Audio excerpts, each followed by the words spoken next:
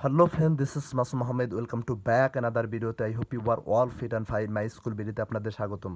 I hope you are practicing spoken English every single day because if you want to improve your spoken English, you need to practice a lot. Spoken ইংলিশে improvement করতে হলে অবশ্যই বেশি বেশি practice করতে হবে। আমি যেটা প্রতি ক্লাসে বলার চেষ্টা করি, কারণ প্র্যাকটিসের কোনো বিকল্প নেই। আমি যে ভিডিওগুলো দিচ্ছি, যে ক্লাসগুলো নিচ্ছি, এগুলো যদি আপনারা জাস্ট খালি দেখেন, পড়েন বা খাতায় আপনার নোটবুকে সেটা নোট ডাউন করে রাখেন, জাস্ট এতটুকুর মধ্যে যাতে লিমিটেশন থেকে থাকে, এতটুকুর মধ্যে সীমাবদ্ধ থাকেন, তাহলে কিন্তু আসলে ইমপ্রুভমেন্ট করা যাবে না। কারণ মুখের যে জড়তা ভাঙতে হবে, ইনফ্লুয়েন্টলি ইংলিশে স্পোকেন করতে হলে, ইনফ্লুয়েন্টলি কথা বলতে হলে অবশ্যই কিন্তু প্র্যাকটিস করতে হবে, মুখের জড়তা ভাঙতে হবে। এর জন্য ডেইলি লাইফে অবশ্যই বেশি বেশি প্র্যাকটিস করতে হবে। ডেইলি লাইফে কনভারসেশনে অবশ্যই এগুলো প্র্যাকটিস করতে হবে। এবং আমি প্রতিটা ক্লাসে যে এক্সাম্পলগুলো দিই, এক্সাম্পলগুলো অবশ্যই বেশি বেশি প্র্যাকটিস করতে হবে। তার পাশাপাশি আপনাদের নিজেদের থেকে অবশ্যই বেশি বেশি প্র্যাকটিস এক্সাম্পল তৈরি করতে হবে। আপনাদের ডেইলি লাইফে বিভিন্ন যে ঘটনা ঘটে থাকে, তা এগুলো থেকে এক্সাম্পল তৈরি করতে হবে এবং সেগুলো প্র্যাকটিস করতে হবে। তাহলে আজকে আমরা ফিউচার পারফেক্ট টেন্স নিয়ে ডিসকাস করতে যাচ্ছি, যেখানে আমরা গতকালও ফিউচার কন্টিনিউয়াস টেন্স নিয়ে ডিসকাস করেছিলাম।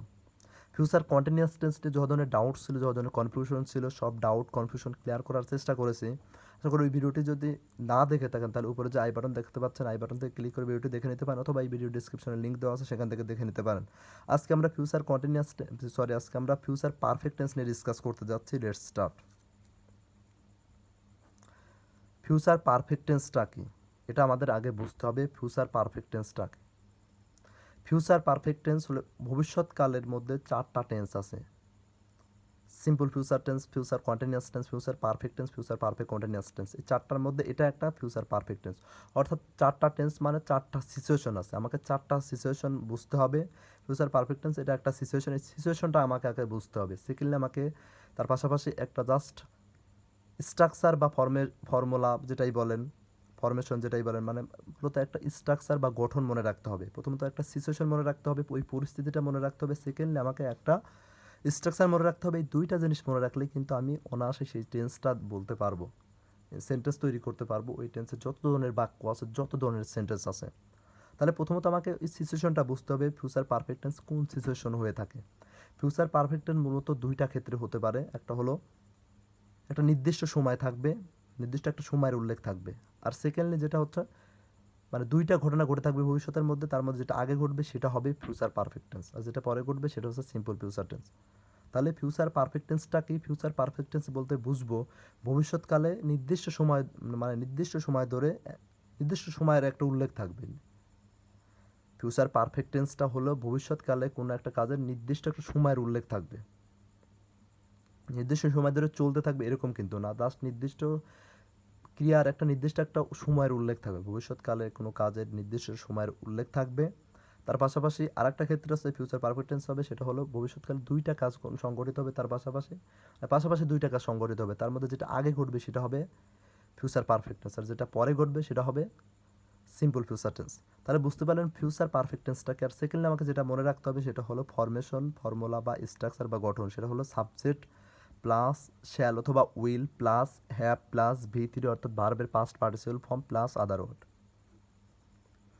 তাহলে এই স্ট্রাকচারটা আমাকে মনে রাখতে হবে। দুইটা জিনিস জাস্ট মনে রাখলেই আমাকে হবে। প্রথমত আমি সিচুয়েশনটা মনে রাখবো, সেকেন্ডলি আমি জাস্ট স্ট্রাকচারটা মনে রাখবো। তাহলেই কিন্তু আমরা ফিউচার পারফেক্টনেস নিয়ে আমাদের আর কোনো ডাউট থাকবে না, কনফিউশন থাকবে না। তাহলে এখন আমরা এক্সাম্পলগুলো দেখে নেই, তাহলে আমাদের ডাউটগুলো আর ক্লিয়ার হয়ে যাবে। প্রথমে যে এক্সাম্পলটা আছে, আমি আগামী 1 বছরে একটি নতুন কোম্পানিতে জয়েন করে থাকিব। আমি আগামী 1 বছরে নতুন একটা কোম্পানিতে জয়েন করে থাকিব। এখানে কিন্তু ভবিষ্যতের কথা বলা হচ্ছে, প্লাস এখানে কিন্তু একটা নির্দিষ্ট একটা সময়ের কথা বলা হচ্ছে। আগামী 1 বছরে একটা নির্দিষ্ট একটা সময়ের কথা বলা হচ্ছে, 1 বছরে আমি একটা কোম্পানিতে জয়েন করে থাকবে। তাহলে এটার ইংলিশ বা ট্রান্সলেট কী হবে? আই উইল হ্যাভ, স্ট্রাকচার অনুযায়ী সাজাবো, subject I will have joined a new company by next 1 year. I will have joined a new company by next 1 year. আমি আগামী 1 বছরের মধ্যে একটা নতুন কোম্পানিতে জয়েন করে থাকিব। তারপর যে এক্সাম্পলটা হচ্ছে, মিটিংটা 8টার মধ্যে শেষ হয়ে থাকিবে। মিটিংটা 8টার মধ্যে শেষ হয়ে থাকিবে। এখানে কিন্তু মিটিংটা এটা হচ্ছে সাবজেক্ট, তাহলে এটা ইংলিশ হবে the meeting will have ended. ভার্বের পাস্ট পার্টিসিপল ফর্ম হয়েছে the meeting, subject will have, এটা হেল্পিং বা auxiliary verb. The meeting will have ended by 8 o'clock। তাহলে মিটিংটা 8টার মধ্যে শেষ হয়ে থাকিবে, এটার ইংলিশ হবে the meeting will have ended by 8 o'clock।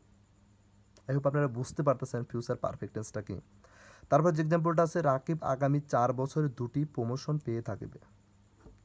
হয়তো সে গেস করতেছে, বলতেছে, গেস করে বলল যে সে আগামী 4 বছরে 2টি প্রমোশন পেয়ে থাকবে। তাহলে এটার ইংলিশ কী হবে? রাকিব উইল হ্যাভ গট, গেটের past participle form goat, Rakib will have got 2 promotions in next 4 years. Rakib আগামী 4 বছরে 2টি প্রমোশন পেয়ে থাকিবে। তারপর যে এক্সাম্পলটা আছে সেটা হলো, আমি 10টার মধ্যে বের হয়ে থাকিব। I will have lived at 10 o'clock। আমি 10টার মধ্যে বের হয়ে থাকিব।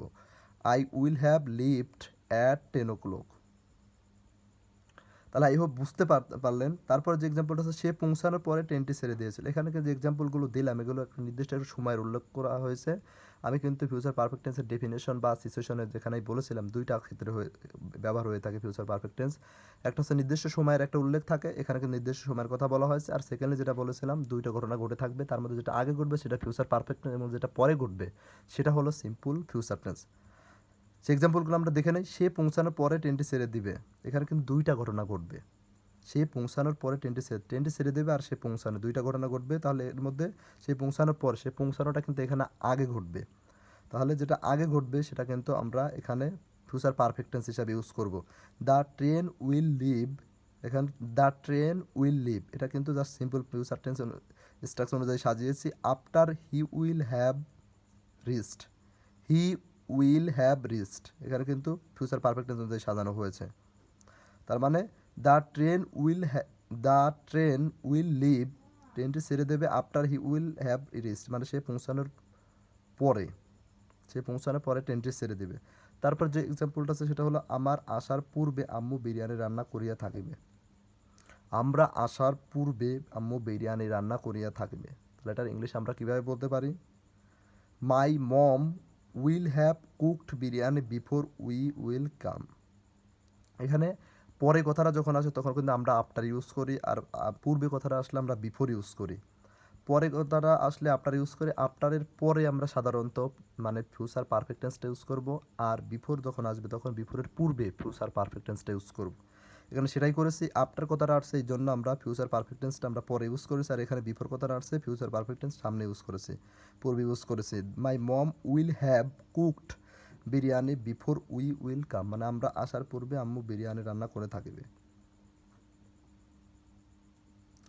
তারপর যে এক্সাম্পলটা আছে সেটা হলো, বেল বাজার পূর্বে আমরা ক্লাসে প্রবেশ করে থাকিব।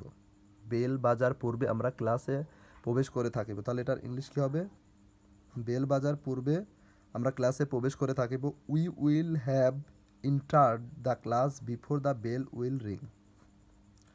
We will have entered the class আমরা ক্লাসে প্রবেশ করে থাকিব before the bell will ring মানে বেল বাজার পূর্বে। তাহলে আই হোপ বুঝতে পেরেছেন ফিউচার পারফেক্ট টেন্সটা কি। ফিউচার পারফেক্ট টেন্স নিয়ে যত ধরনের ডাউটস ছিল, যত ধরনের কনফিউশন ছিল সব ক্লিয়ার করার চেষ্টা করেছে।